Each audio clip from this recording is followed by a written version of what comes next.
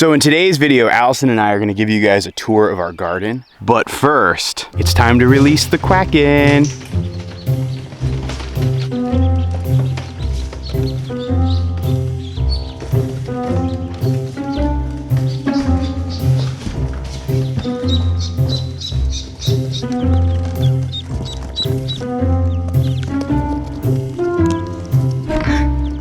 So I've been incubating these ducklings for the last, 28, 29 days. They started hatching about 36 hours ago. And so I'm taking this whole batch out to the brooder shed for the first time. It looks like there's 1 or 2 eggs that are still in their final stages, and I'll let them be, but a lot of these birds have been free for more than 24 hours, and so I want to get them in the brooder. It's funny how big this brooder is relative to the tiny size of these ducklings. I just don't want to make sure they don't like fall asleep somewhere where there isn't heat. I have both the brooder plate, which is sort of like an Ohio brooder, plus a heat lamp going here, so there's plenty of warmth for them initially.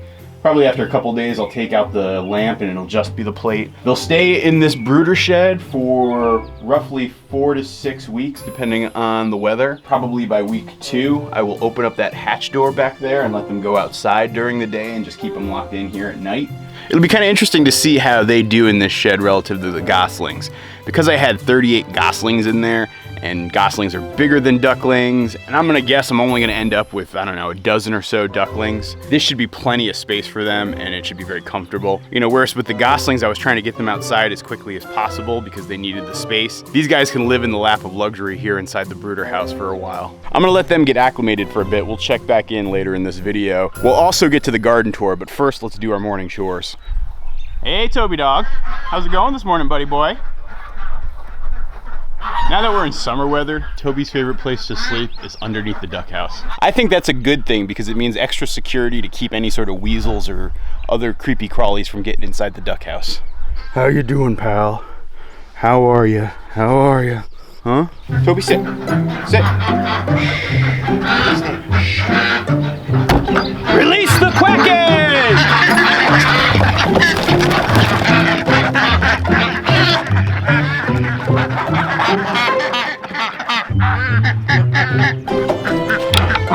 How are my chicken gals? Oh yeah.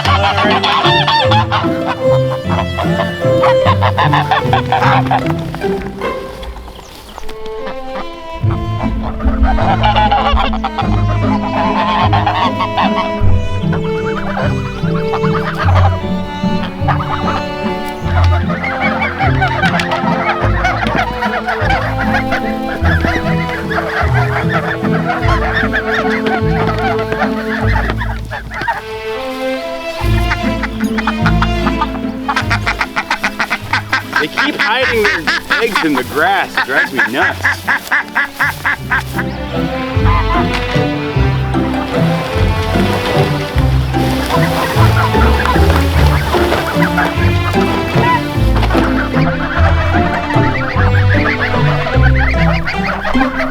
So yeah, this is getting to be the final day, probably the final full day for the ducks and geese in this paddock area here. I'm getting prepped to actually move them out to the next pasture over there. And then for those of you guys who are curious, here is our gigantic chicken tractor that we built. This thing is 12 by 12. I actually found a source of hardware cloth. I actually went up to Toby's shed over there and took off some of the hardware cloth that I have surrounding that. Back when the ducks were living in that shed, I tried to insulate it the best I could with extra hardware cloth.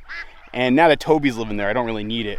And here's what I got. So I solved my problem by repurposing. But thank you to everybody who came up with some suggestions there. Here's the rest of it. I'm pretty happy with how it turned out. It is heavy.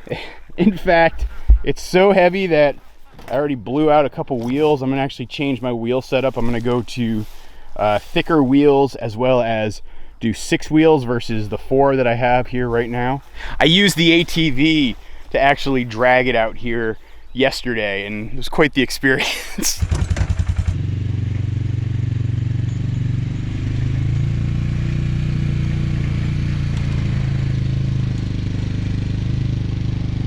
But yeah, overall this thing is pretty spacious. Plenty of rooms for ducks and geese. I am gonna leave it on the wheels. I'm not too worried about those gaps underneath there. Toby is gonna be staying out in the pasture with the birds this summer. And so because he'll be living out here with them, I'm gonna trust that he's actually able to keep most of the predators away. I'll also have electric fence going. It's amazing to me just how quickly the goslings have grown up. They're about 6 weeks old now, and they pretty much look like full-fledged geese. They have pretty much all of their adult feathers. They've been out here in the pasture for about a week. They've been living, I've actually had them split up between those 2 Siskovich chicken tractors. It'll be nice to give them the extra space when I add that 3rd chicken tractor into the mix.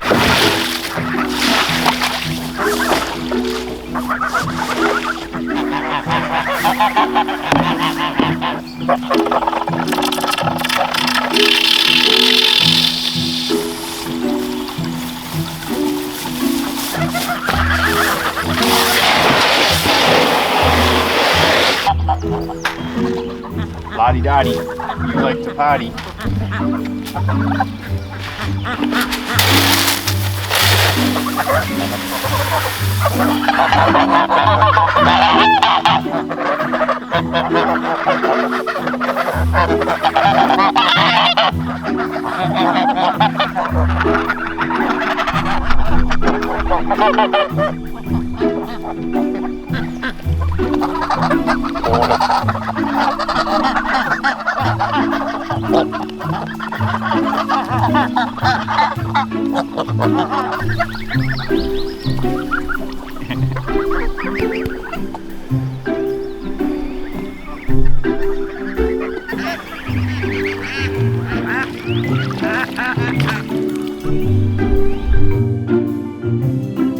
Okay, we gotta be really quiet. We're sneaking up on the ducklings to see if they went to the heat light.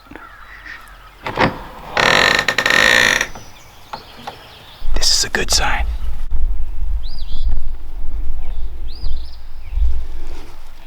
They're not all huddled up too close.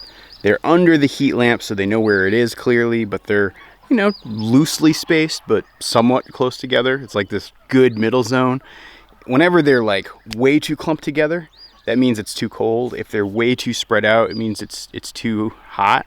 And so I feel like I've got just the right amount of temperature. I'm gonna give them a couple more hours in there before I take out the dividers and let them start to access food and water, and I'll teach them how to eat and drink. It's always pretty adorable. So a lot of times I see videos of our friends who live down south, like in places like Arkansas, and they're always showing off their garden. Normally, I would have been harvesting tomatoes for at least a couple of weeks, but now at the very beginning of July, I think I've only harvested like 10. It's crazy. It's so late. And it's tough because we live in a colder climate here in Vermont where it takes a lot longer to get things growing. But I did want to have Allison show you guys today what we're doing with our kitchen garden this year and how we are trying to grow some food here on the homestead. All right, Allison, let's do this. We're ready for the garden tour. Okay, so this year we decided to put the tomatoes along this side. Last year they were on the far end, so we like to rotate it from year to year. And here's this beautiful lemon verbena. It overwintered well. I wasn't expecting it to come back. And then we have here tomatoes of different varieties. I'll admit I don't really keep track of who goes where and what varieties I grow. We have interspersed here with onions and basil. And it's kind of turned into a little bit of a tomato, onion, basil jungle, which will make it really fun for harvesting. I can't wait to see ripe tomatoes in here. And look, we're already getting some babies. These just popped up in the last day or so. There was nothing here before. I'm not super picky about weeding. Like, this is actually some some parsley that has bolted on me, but I think it's actually really pretty. Along the side here, we can actually see if we go out, I planted some climbing, you see them right here, some morning glories. I started those by seed this year, so I'm really excited to see what colors they turn out to be. And here are the peppers and eggplants. They're doing far better this year than they had in the past. I haven't had much luck with eggplants. What's been the trick this year to grow the peppers and eggplants? I'm not entirely sure. What we did do though, because we had a real bad cold spell, was I put down some row crop cover and we had some little wire hoops here and had this covered for a couple of weeks, which I think really helped. It actually helped the squash the most though. I'm going to spray this with neem oil later today because I'm seeing that they're just starting to get a little bit of parasite pressure. Some nasty beetles. Ooh. So then one of my favorites here is the borage. It has nice purple flowers. And what I've been trying to do is intersperse some flowers in with the vegetables. I think it looks really pretty, don't you? I do. I like how it looks too. I sort of fought you on the flowers because I was like, oh, they don't. Silly. Yeah, they don't really add value, but you're right. They look nice, and the pollinators are really coming out for them too. Absolutely. I like the borage because it creates these beautiful flowers, and it tends to grow pretty fast early on, so it brings a little color in. You'll also notice here that any weeds that have pretty flowers, I generally don't bother them. Maybe it's not the best technique, but I just find it's really pretty. And then here we have our potatoes with some nasty beetles. So yeah, I'm gonna have to be spraying them. And right here in the front, I put some snapdragons once again for a little bit of color. I just think it looks so fun. And look, they talk. Little monkey flowers. And here's our spinach. This one was really nice because it gave us some greens early on. We didn't have much of anything a couple weeks ago, but it looks like it started to bolt. So thinking it might go to the ducks and chickens, and I'll probably have to find something else to plant here. Hiding behind them, and maybe I don't need much of anything, I got the cucumbers. So these have actually started doing a lot better than I expected. And we have nasturtiums and marigolds interspersed throughout the cucumbers. So most of these plants we started from seed, with the exception of a few. Eggplants I could not get to start from seed. I had no luck with that. All of the peppers I started from seed, which was really nice because last year I had no luck with it. All the tomatoes I started from seed. I think I started most of this squashes from seed. Here is our summer squash. I just harvested a big zucchini, about this big, so it's gonna make some good zoodles. And we have yellow squash and the regular green zucchini. A couple different varieties.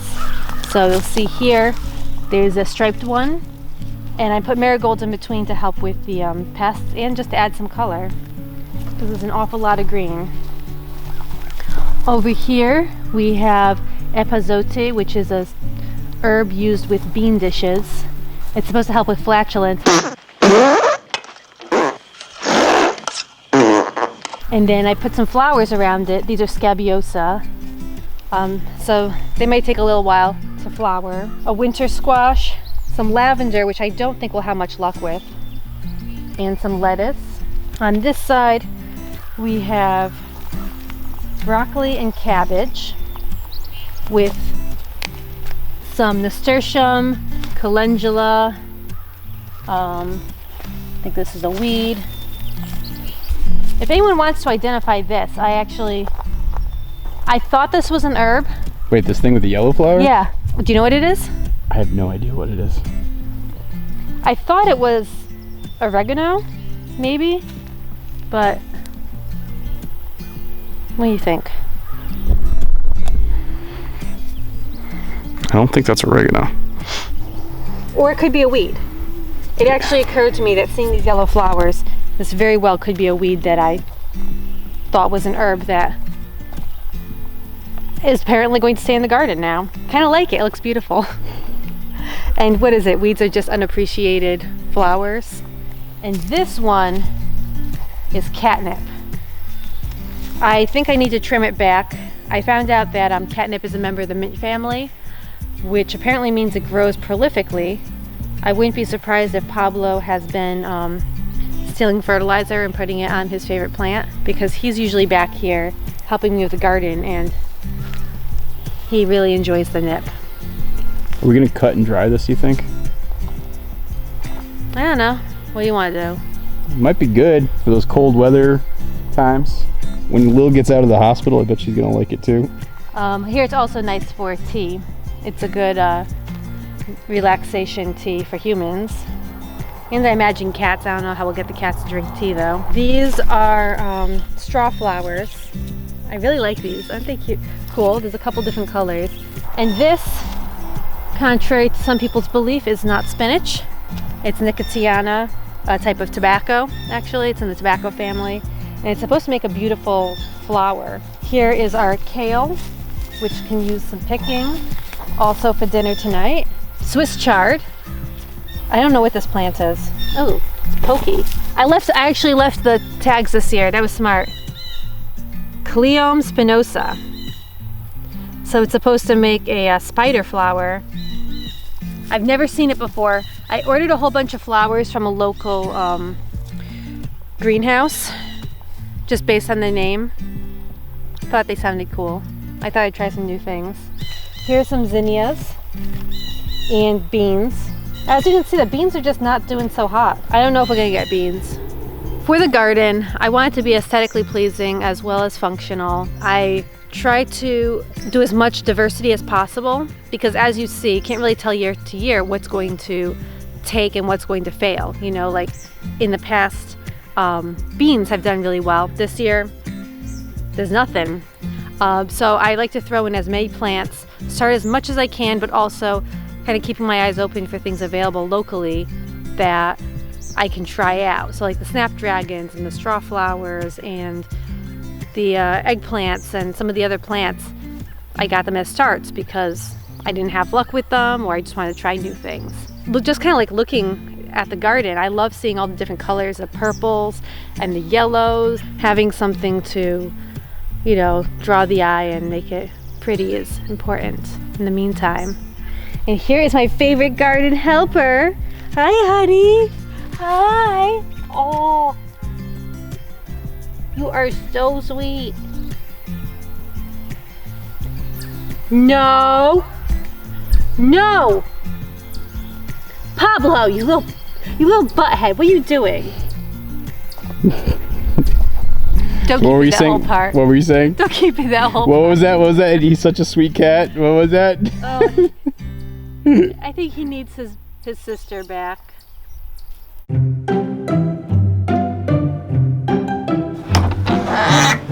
Oh, hey guys. They still get so scared when I show up. So when I snuck up on them, they were actually doing pretty good, spaced out. Now that I've opened the door, I think they're scared again of me. But that's okay, this gives me a minute to get their food and water set. So their food and water station is gonna go right over here. I like to use these red feeding trays as watering resources. They're very easy to clean. They hold a decent amount of water. What's nice about them though is that the ducklings can dip their head in and get a drink, but they won't splash and make a huge mess. So I can just pour the water in from a pitcher.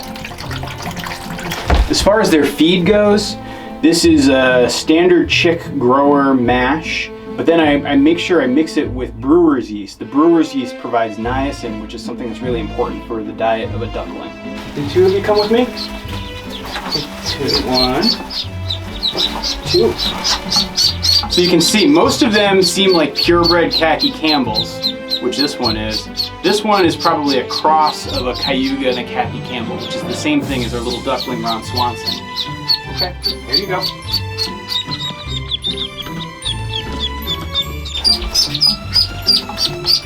Get you some water too.